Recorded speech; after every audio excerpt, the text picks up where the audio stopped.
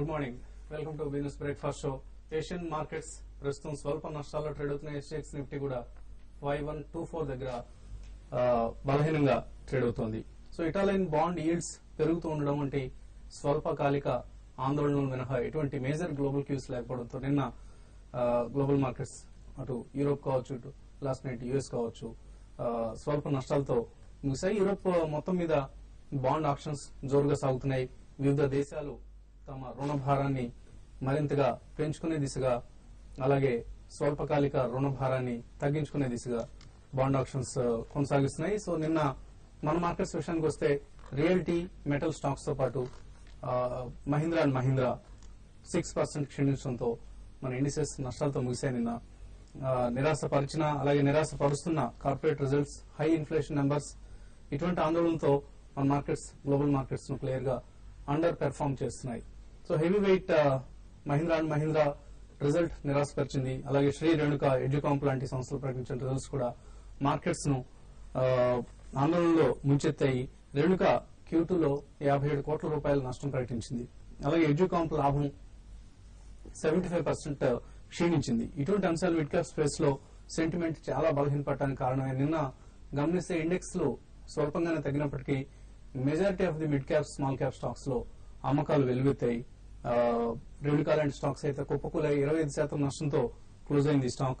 అలాగే bill care, గట్టి వంటి స్టాక్స్ 20% నష్టపోయి. Tasty bite, global lingerie, S Kumars, VIP industries, Indo solar, Balrampur Chini, Educomp, VIP, ఇటువంటి స్టాక్స్ అన్ని కూడా 10 to 15% నష్టపోయాయి. సో బ్రాడర్ మార్కెట్స్ నిన్న చాలా భారీగా నష్టపోవడం గమనించాం. అలా Kingfisher airlines of course 9% లాభంతో కొంత కోలుకుంది. Last night Kingfisher airlines సంబంధించిన బోర్డు మీటింగ్ జరిగింది. ఈ మధ్యాహ్నం 12 గంటలకు సంస్థ ప్రమోటర్ విజయ్ మాల్యా మీడియా సమావేశం నిర్వహించబోతున్నారు. సంక్షోభంలో ఉన్న కింగ్ ఫిషర్ ఎయిర్లైన్స్ ను ఆదుకునేందుకు బ్యాంక్స్ సిద్ధంగా ఉన్నాయా, అలాగే సంక్షోభం నుంచి బయటపడేందుకు ఎటువంటి ప్రయత్నాలు జరుగుతున్నాయి, ఈ అంశాలన్నిటి మీద మీడియా సమావేశాన్ని నిర్వహించబోతున్నారు. సో సైకామ్ నుంచి యూబీ గ్రూప్ సుమారుగా 400 కోట్ల రూపాయలు రుణంగా తీసుకుంటోంది. అలాగే ఐసిఐసిఐ బ్యాంక్ ముందుకొచ్చింది కింగ్ ఫిషర్ ఎయిర్లైన్స్ ను ఆదుకునేందుకు.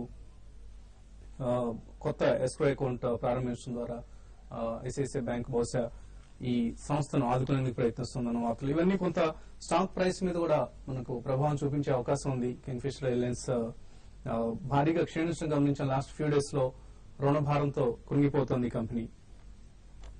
సో ఈ రేట్స్ దగ్గర కొన్ని mid caps like even Kingfisher Airlines లాంటి స్టాక్స్ కూడా అట్రాక్టివ్ గా కనిపిస్తున్నాయి. అయితే రుణభారం ఉన్న కంపెనీల జోలికి ఎంతమాత్రం వెళ్లొద్దు. ప్రస్తుతానికి అవాయిడ్ దీస్ కంపెనీస్.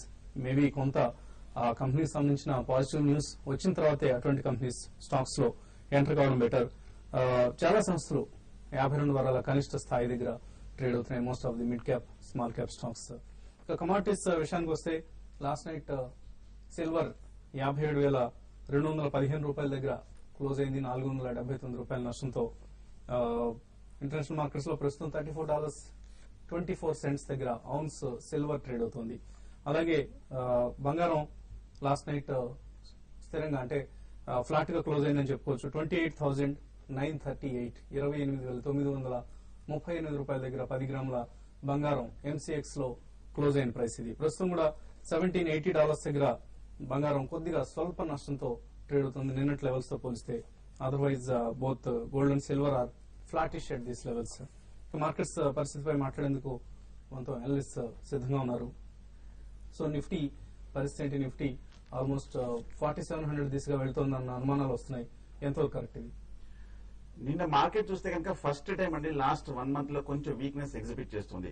శుక్రవారం మనం చూసాము 5-2 కింద బ్రేక్ డౌన్ కనిపించింది. అలాగే నిన్న రీక్యాప్ అయ్యి కొంచెం బౌన్స్ బ్యాక్ అవుతుంది అనుకుంటే కనుక ఫెయిల్ అయ్యి 5-2 దగ్గర పరీక్షించి ఫెయిల్ అయ్యి మళ్ళీ లోయెస్ట్ లెవెల్లో 5150 దగ్గర క్లోజ్ అయింది. సో 2 రోజులు 5-2 కింద క్లోజ్ అవడంతో ఒక షార్ట్ టర్మ్ కరెక్షన్ బిగిన్ అయినట్టుగా చెప్పుకోవచ్చు. నా ఉద్దేశం నెక్స్ట్ మేజర్ సపోర్ట్ 5,000 నుంచి అక్కడ కొంచెం ఒక రికవరీ, ఒక కన్సాలిడేషన్ వచ్చే అవకాశం ఉంది. ఒకవేళ 5,000 దగ్గర ఫెయిల్ అవుతే కనుక మీరు చెప్పినట్టు 4,700 వరకు వెళ్లే అవకాశం కనిపిస్తుంది. నేను అలాగే first time 100 days moving average కింద కూడా కొంచెం బ్రేక్ డౌన్ అవడం జరిగింది. సో ఇది కూడా మార్కెట్ కి కొంచెం వీక్నెస్ కి ఒక సంకేతనాలే. నా ఉద్దేశం మార్కెట్ అప్ ట్రెండ్ కి అయితే లాస్ట్ 1 మంత్ లో అయితే ఒక మైనర్ అప్ ట్రెండ్ ఏదైతే మనం చూసామో అది కొంచెం బ్రేక్ పడినట్టుగా కనిపిస్తుంది.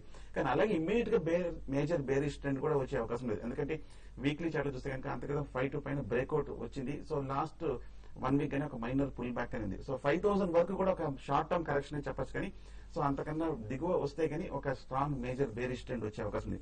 అలాగే నేను ఫస్ట్ టైం చూస్తే కనుక fundamental mid cap and small cap stocks కూడా చాలా వరకు 5% 6% కూడా బాగా పట్టడం జరిగింది.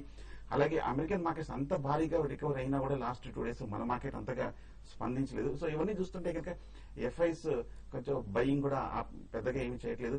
అలాగే లోకల్ ఇన్స్టిట్యూషన్స్ కూడా కొంచెం బయింగ్ కూడా ఆపేశారు. సో ఓవరాల్ గా మార్కెట్ సెంటిమెంట్ వీక్ అనేది. సో ఈ నేపథ్యంలో ఫ్రెష్ లాంగ్ పొజిషన్స్ ఈ రేట్ లో తీసుకోవడం మంచిది కాదు. కొంచెం డిప్ లో 5000 దగ్గర కన్సాలిడేషన్ అయితే కనుక అక్కడ లాంగ్ పొజిషన్ అటెంప్ట్ చేయొచ్చు. సో షార్ట్ సెలర్స్ మటు కొంచెం కాషియస్ గా షార్ట్ పొజిషన్ తీసుకొని 5200 పైన స్ట్రిక్ట్ గా stop loss trailing stop loss maintain చేయాలి. సో మార్కెట్ ఈ వీక్ కొంచెం మైనర్ కరెక్షన్ లో ఉండే అవకాశం కనిపిస్తుంది. సో మ్యూచువల్ ఫండ్ మార్కెట్స్ లో ఎటువంటి మార్పులు మీరు గమనిస్తున్నారు? లాస్ట్ వీక్ ఈ వీక్ ఏం చాలా ఎక్కువ మార్పులు ఏం లేవండి. బట్ ఐ థింక్ కొంచెం confusing. I think for investors it's been testing time. Whether to ఎక్కువ అలొకేషన్ చేయాలా వద్దా అనేది కొంచెం testing time or big question mark. But I think debts ఏదైతే డెట్ మార్కెట్ ఉందో I think probably they are lot of opportunities. Short term debts కానివ్వండి, తర్వాత fixed maturity plans ఏవైతే వస్తున్నాయో I think these are very convincing. I think they are getting positive returns on short-term funds. Long-term debt could, I think probably it's the right time to invest. Income funds ఏదైతే మనం చెప్తున్నామో 1 year, 1.5 year time frames లో income funds I think will give a better opportunity because interest rates which are almost peaking could reduce. These are I think probably estimate. So once interest rates ఏదైతే తగ్గుముఖం పడతాయో అప్పుడు probably debt funds will give better returns than equity. కానీ current గా మాత్రం probably on equity funds I think you can go slow. Lumpsum పెట్టకుండా I think staggered investment ద్వారా systematic transfer plan కానివ్వండి, systematic investment plan, that's only thing I think probably we can suggest at this point of time అండి. Otherwise don't go overboard with one time investments into equities. ఎందుకంటే mixed signals if you look at all indicators ఏదైతే probably equity economic indicators మీరు చెప్తున్నారో these are all weak. So ఒక one time investment కాకుండా staggered investments ద్వారా mutual funds ద్వారా I think invest చేస్తే బాగుంటుంది. Otherwise for conservative investors debt is something which they can look at. Short term debt funds ఏదైతే మనం suggest చేస్తున్నామో, fixed maturity plans suggest చేస్తున్నామో I think if you can stick to it that is better అండి. కొన్ని sector wise అంటే different categories ఉంటాయి mutual funds లో. ఈ మ్యూచువల్ ఫండ్స్ 1 year లో ఇచ్చిన లాస్ట్ 1 year లో ఇచ్చిన రిటర్న్స్ ఒకసారి గమనిస్తే floating rate long term schemes లో 8.5% లాస్ట్ 1 year లో యావరేజ్ గా, అంటే ఇది స్పెసిఫిక్ స్కీమ్ కాదు, ఓవరాల్ గా ఒక కేటగిరీగా ఈ స్కీమ్స్ ఇచ్చిన రిటర్న్. అలాగే ultra short debt funds average నా 8% రిటర్న్ ఇచ్చాయి. అలాగే అల్ట్రా షార్ట్ డెట్ లో ఇన్స్టిట్యూషనల్ ఫండ్స్ అయితే 8.2% ఇవ్వడం గమనిస్తున్నాం. డెట్ లో long term schemes last 1 year లో 5.4% ఇచ్చాయి. అలాగే డెట్ లో షార్ట్ టర్మ్ ఫండ్స్ 7.5% ఇచ్చాయి. Floating rate funds short term funds 8.8% ఇచ్చాయి. సో ఎనీవేర్ బిట్వీన్ 5 to 8.8% ఈ స్కీమ్స్ గిట్టుబాటు అయింది. ఇదే ఈక్విటీ స్కీమ్స్ ని గమనిస్తే లాస్ట్ 1 year లో దాదాపుగా అన్ని రకాల స్కీముల్లోనూ నష్టాలే, నెగిటివ్ రిటర్న్స్ కనిపిస్తున్నాయి. Balanced funds as a category 11.3% నష్టపోయాయి.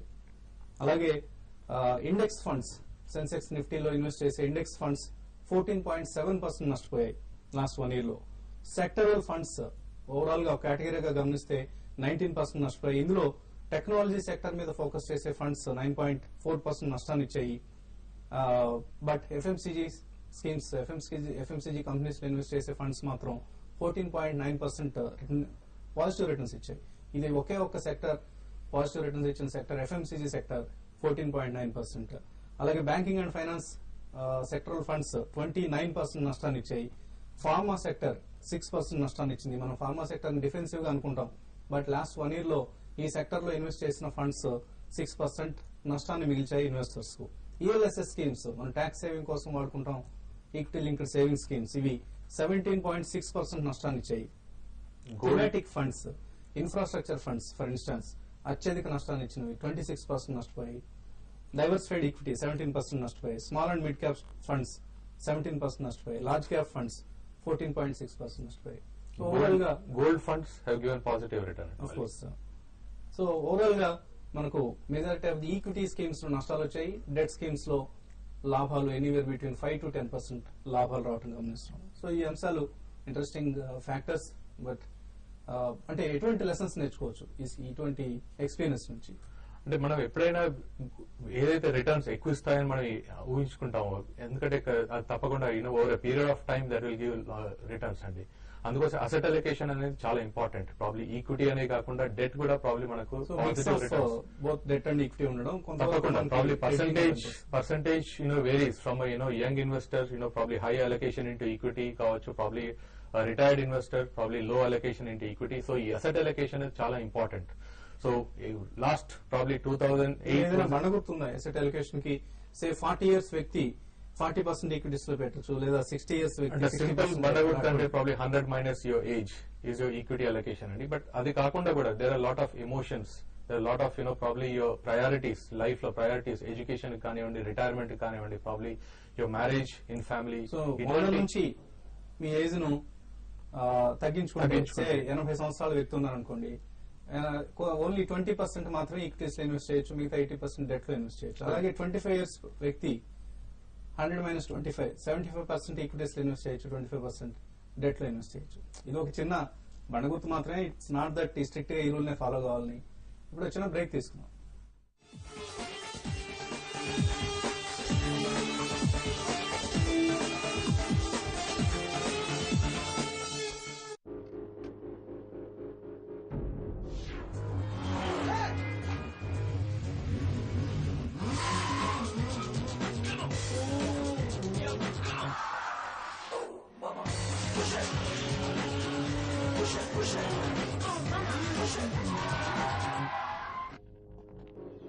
TVS Apache RTR 160, scarily fast.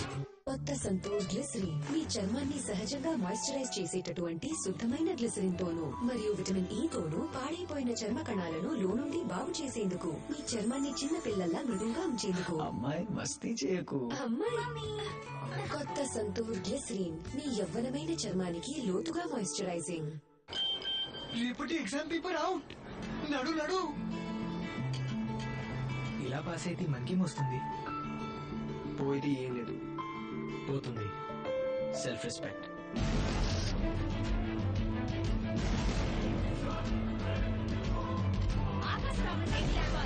కోరింది లభించింది, ఏం పోగొట్టుకోకుండా. కొత్త Nokia C200 dual SIM phone. ఎవరైతే దేనికి కాంప్రమైజ్ కారో వారి కోసం ఇప్పుడు డ్యూయల్ సిమ్ తో వేగమైన ఇంటర్నెట్ మరియు నోకియా వారి నమ్మకం.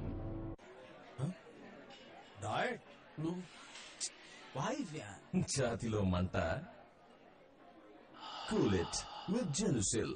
అయ్యో పెళ్లి కొడుకు వాళ్ళ పగిలిన బొక్కలు చూడండి, వీరు మడమలు కాస్తున్నారు, పెదవులు వీరివి పగిలినాయి.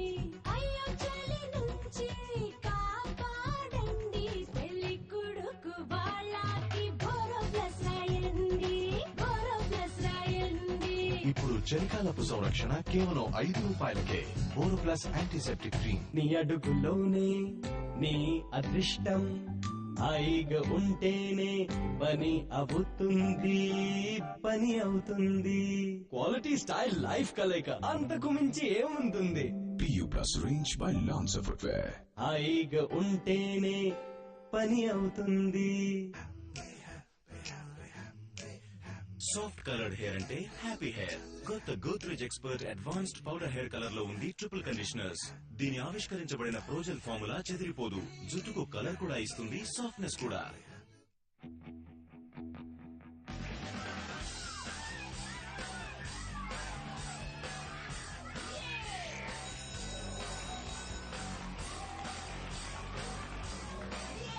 రేసు బస్సు సీట్ కోసం కానివ్వండి లేదా మైదానంలో కానివ్వండి, జీవితంలో ప్రతి రేస్ ని గెలవడం అవసరం. అందుకే మీకు స్టామినా కూడా అవసరం. బూస్ట్ ఇండియాకి ఓన్లీ హెల్త్ డ్రింక్, వైజ్ఞానికంగా ధృవీకరించబడింది. స్టామినాని 3 రెట్లు అధికం చేస్తుంది.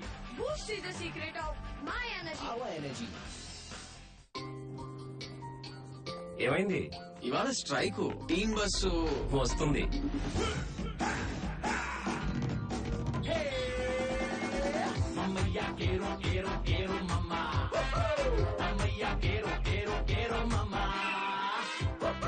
చూడు opposite team.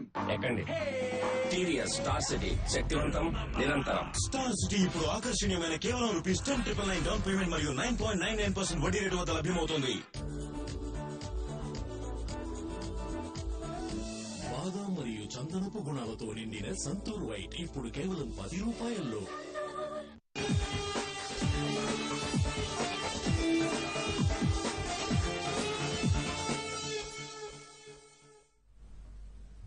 Welcome back. SX Nifty 22 పాయింట్ల నష్టంతో 5127 దగ్గర ట్రేడ్ అవుతుంది. సో ఒక స్లైట్లీ నెగిటివ్ ఓపెనింగ్ ను మన మార్కెట్స్ లో ఎక్స్పెక్ట్ చేస్తున్నాం. దుర్గా ప్రసాద్ నల్గొండ నుంచి కాలర్ లైన్ ఉన్నారు. దుర్గా ప్రసాద్ గారు,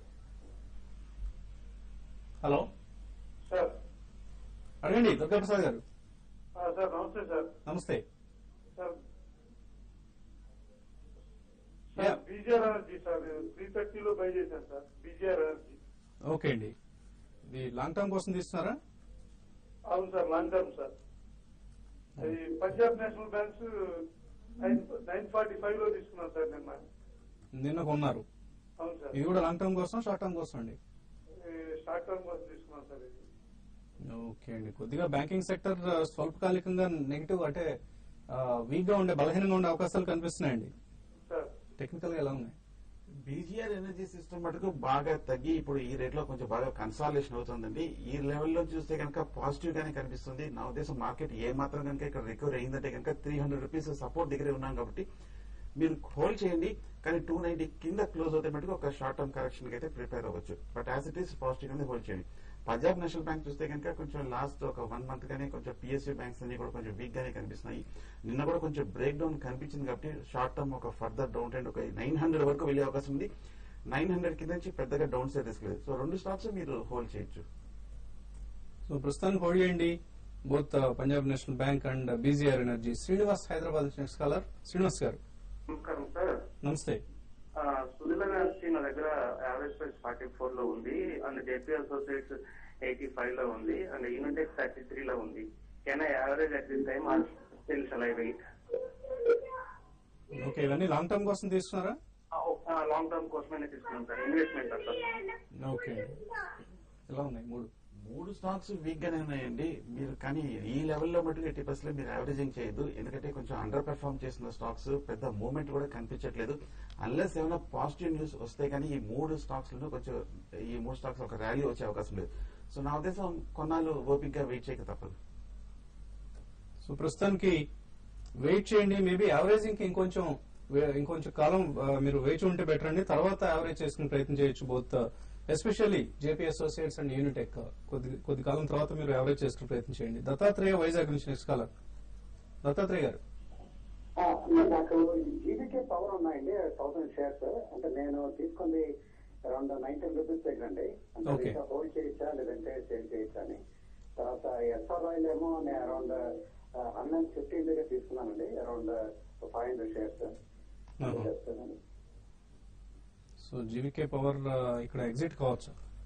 జీవీకే పవర్ బాగా వీక్నెస్ కనిపిస్తుందండి. నా ఉద్దేశం ప్రస్తుతానికి మీరు హోల్డ్ చేయండి. ఏ మాత్రం ఒక స్టాక్ లో కనుక రీబౌండ్ వస్తే కనుక ఎగ్జిట్ అయిపోవడం బెటర్. ఎందుకంటే ఇమ్మీడియట్ అవుట్లుక్ కూడా ఫండమెంటల్ గాను టెక్నికల్ గాను పాజిటివ్ గా కనిపించలేదు. ఎస్ఆర్ఐ కూడా బాగా బేరిష్ గానే కనిపిస్తుంది. నా ఉద్దేశం ఆ స్టాక్ కూడా కొంచెం కాషియస్ గానే ఉండండి. ఏ మాత్రం రీబౌండ్ వస్తే 2 స్టాక్స్ నుంచి బయటపడటం మంచిది. 2 కూడా మీరు ర్యాలీస్ లో ఎగ్జిట్ అయ్యే ప్రయత్నం చేయండి. ఎస్పెషల్లీ జీవీకే పవర్ లాంటివి ఇన్వెస్టర్ల సహనాన్ని పరీక్షిస్తున్న కంపెనీస్. ప్రమోటర్స్ ఏం చేస్తున్నారో మనకు అర్థం కాని విషయం. కంపెనీలు మాత్రం రకరకాల సమస్యలతో సతమతం అవుతున్నాయి. బోత్ జీవీకే అండ్ జిఎంఆర్ లాంటి companies, even for that matter Lanco infra లాంటి కంపెనీస్ కూడా. నెక్స్ట్ కాలర్ రాహుల్ నిజామాబాద్ నుంచి లైన్ లో ఉన్నారు. రాహుల్, నమస్కారం సార్. నమస్తే సార్. మా దగ్గర ఆర్సిల్ కెమికల్స్ 1000 షేర్స్ తీసుకున్నానండి 185 లో. ఓకే అండి. అలాగే 100 షేర్స్ ఎస్బీఐ తీసుకున్నాను 1950 రూపీస్ లో. అయితే ఎస్బీఐ 100 షేర్స్ తీసేసి ఆర్సిల్ కెమికల్ లో ట్రాన్స్ఫర్ కావచ్చా, అంటే అలానే ఉంచుకోవచ్చా? లాంగ్ టర్మ్ ఉంది సార్, అంటే 5 years లో కావచ్చా? లాంగ్ టర్మ్ కోసం 5 years అంటున్నారు కాబట్టి హోల్డ్ చేయండి. ఎస్బీఐ కూడా ఇప్పుడు ఈ రేట్లో ఎందుకు తీసేస్తారు? నష్టం కదా మీకు. ఆర్చిడ్ అండ్ ఎస్బీఐ రెండు స్టాక్స్ చూస్తే కనుక షార్ట్ టర్మ్ లో వీక్నెస్ కనిపిస్తుందండి. ఆర్చిడ్ కెమికల్స్ చూస్తే కనుక నిన్న 180 నుంచి కొంచెం తగ్గడం జరిగింది. నా ఉద్దేశం 140, 145 వరకు కూడా వెళ్లే అవకాశం కనిపిస్తుంది. కానీ ఇంతకుతో మన ర్యాలీలో చూసాము ఆర్చిడ్ కెమికల్స్ బాగా పార్టిసిపేట్ అయిన స్టాక్. సో ఏమాత్రం ఒక ర్యాలీ వచ్చిందంటే కనుక ఆర్చిడ్ డెఫినెట్ గా మీ రేట్ వచ్చే అవకాశం ఉంది. ఎస్బీఐ చూస్తే కనుక లాస్ట్ ఒక 1 వీక్ గానే కొంచెం 2000 నుంచి తగ్గుతూ వస్తుంది. రీసెంట్ లో అయినా 1700 కూడా వచ్చే అవకాశం కనిపిస్తుంది. ఒకవేళ 1700 కింద దిగితే మటుకు మళ్ళీ ఒక షార్ట్ టర్మ్ కరెక్షన్ కి ఎక్స్పెక్ట్ చేయొచ్చు. యాజ్ ఇట్ ఈస్ రెండు స్టాక్స్ వీక్ గానే ఉన్నాయి, కానీ ఓవరాల్ గా మార్కెట్ పాజిటివ్ గా ఉంది కాబట్టి లాంగ్ టర్మ్ కొంచెం హోల్డ్ చేయండి. లాస్ట్ కాలర్ రామకృష్ణ కర్ణాటక నుంచి. రామకృష్ణ గారు అడగండి. రామకృష్ణ గారు. సార్ మ్యూచువల్ ఫండ్ లో పెట్టినాము, పెట్టినప్పుడు 4 సంవత్సరాలు అయింది. ఏ స్కీమ్ అండి? ఇన్ఫ్రాస్ట్రక్చర్ ఫండ్, సెక్టరల్ ఫండ్ ఇది. ఎంత ఇన్వెస్ట్ చేశారు? 75,000 ఇన్వెస్ట్ చేసామండి. 75,000. 50,000 అట్లా వస్తుందో రిటర్న్ అంటున్నారంట. తీయమంటారా, ఎక్స్పెక్ట్మంటారా, ఏమైనా పెరిగే అవకాశం ఉందంటారా? మీరు చాలా హ్యూజ్ ఇన్వెస్ట్మెంట్ ఒకేసారి ఇటువంటి సెక్టరల్ ఫండ్స్ లో ఇన్వెస్ట్ చేశారండి. ఐ థింక్ ఈ సెక్టోరల్ ఫండ్ కంటే I think probably diversified equity UTI master value fund అని ఉందండి. I think continuous last 18 years regular dividend paying scheme. So ఈ ఇన్ఫ్రాస్ట్రక్చర్ నుండి మాస్టర్ వాల్యూ ఫండ్ లోకి షిఫ్ట్ చేస్తే బెటర్ అనిపిస్తుంది. ఇంకా ఆయన లాస్ట్ బుక్ చేసి మరీ రావడం బెటర్. పర్లేదండి. I think probably diversified fund కాబట్టి I think sectoral thematic fund will not probably give you better returns. I don't see future also in to that sectoral for next 2 years. So దానికంటే బదులు కూడా I think diversified fund లోకి వచ్చి I think probably if you can make up your gains that would be better. Okay అండి. Anyway ఇక్కడ కొంచెం bottom out అయ్యాయని అనిపిస్తుంది ఇన్ఫ్రాస్ట్రక్చర్ యాజ్ ఎ సెక్టర్. ఇంకా ఇంతకంటే కూడా కిందకి వెళ్లే అవకాశం ఉంది. అంటే ఇట్ ఇస్ బేసికలీ అంటే రిస్క్ ఎలా తగ్గించుకోవడం అది చూసుకోవాలండి. స్టీప్ ర్యాలీ లాంటివి రావడం, వి షేప్ ర్యాలీ లాంటివి రావడం జరిగింది. ఇన్ఫ్రాస్ట్రక్చర్ లో వీ కెనాట్ రియల్లీ టెల్ అండి, ఎందుకంటే అది ఆల్మోస్ట్ 4 to 5 years స్టోరీ. ఇంకా probably investments have to pick up కాబట్టి ఈ సెక్టర్ లో డైవర్సిఫైడ్ ఫండ్ లో ఐ థింక్ రిటర్న్స్ వచ్చే అవకాశం ఉంటుంది కాబట్టి regularly dividend paying last 18 years continuous గా మీకు ఆల్మోస్ట్ 15%, 20% డివిడెండ్స్ ఇచ్చే స్కీమ్ లో కూడా ఇన్వెస్ట్ చేసుకోవడం బెటర్. ఓకే అండి. టేక్ ఏ కాల్ అండి. అలాగే కొన్ని ఈమెయిల్ సందేహాలను గమనిస్తే జీవీకే పవర్, ఆఫ్ కోర్స్ ఈ ప్రశ్నకు మనం ఇప్పటికే సమాధానం ఇవ్వడం జరిగింది. టీసీఎస్ 1140 కాల్ లో ఇన్వెస్ట్ చేశారు శ్రీరావు. చేద్దాం అనుకుంటున్నారు, ఎటువంటి సలహా ఇస్తారు ఆయనకి? వాళ్ళు మార్నింగ్ తీసుకుందాం అనుకుంటున్నారు. టీసీఎస్ చూస్తే కనుక ఓవరాల్ గానే పాజిటివ్ స్టాక్ అండి, కానీ ఆప్షన్ తీసుకునేటప్పుడు మటుకు టైమింగ్ చాలా ఇంపార్టెంట్ అనమాట. ఒక చిన్న డిప్ వచ్చే అవకాశం ఉంది. 1080, 1090 దగ్గర లాస్ట్ 1 month లో అనమాట. అక్కడ 1080 దగ్గర నిలబడిన తర్వాత అక్కడ కాల్ ఆప్షన్ తీసుకొని, కానీ మళ్ళీ 1060 కింద స్టాప్ లాస్ మీద పెట్టుకోవాలి. అలాగే టాటా స్టీల్ 400 పుట్ కూడా తీసుకుందాం అనుకుంటున్నారు. సెకండ్ సెషన్ లో 390కి వస్తుందన్న టార్గెట్ తో వస్తుందా ఇది? టాటా స్టీల్ లాస్ట్ 2 days కానీ చూస్తే కనుక విపరీతంగా పట్టడం జరిగిందండి. పుట్ ఆప్షన్స్ అన్ని కూడా మోర్ దెన్ డబుల్ అయిపోయింటాయి. నా ఉద్దేశం ప్రస్తుతానికి అవాయిడ్ చేయండి, ఎందుకంటే 415, 420 దగ్గర చాలా స్ట్రాంగ్ సపోర్ట్ ఉంది.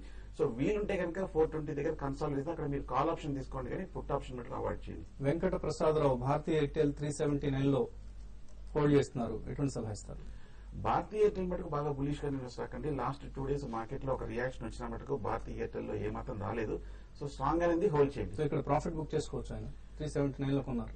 మీరు ఎక్స్ట్రీమ్ షార్ట్ టర్మ్ అయితే కనుక ప్రాఫిట్ బుక్ చేసుకోవచ్చండి. మీరు కొంచెం మీడియం టర్మ్ అయితే కనుక ప్రాఫిట్ బుక్ చేసుకుని లోయర్ రేట్ లో 5% డిప్ లో తీసుకోవచ్చు. మళ్ళీ తాతినేని జయచంద్ అడుగుతున్నారు. యూబీ ఇంజనీరింగ్ 52 రూపీస్ లో ఉన్నాయి, ఆయన హోల్డ్ చేస్తున్నారు. 200 నుంచి కరెక్ట్ అయింది, గ్రూప్ కొంచెం ప్రాబ్లమ్స్ లో ఉంది కాబట్టి ఎటువంటి సలహా ఇస్తారు? Hold or exit?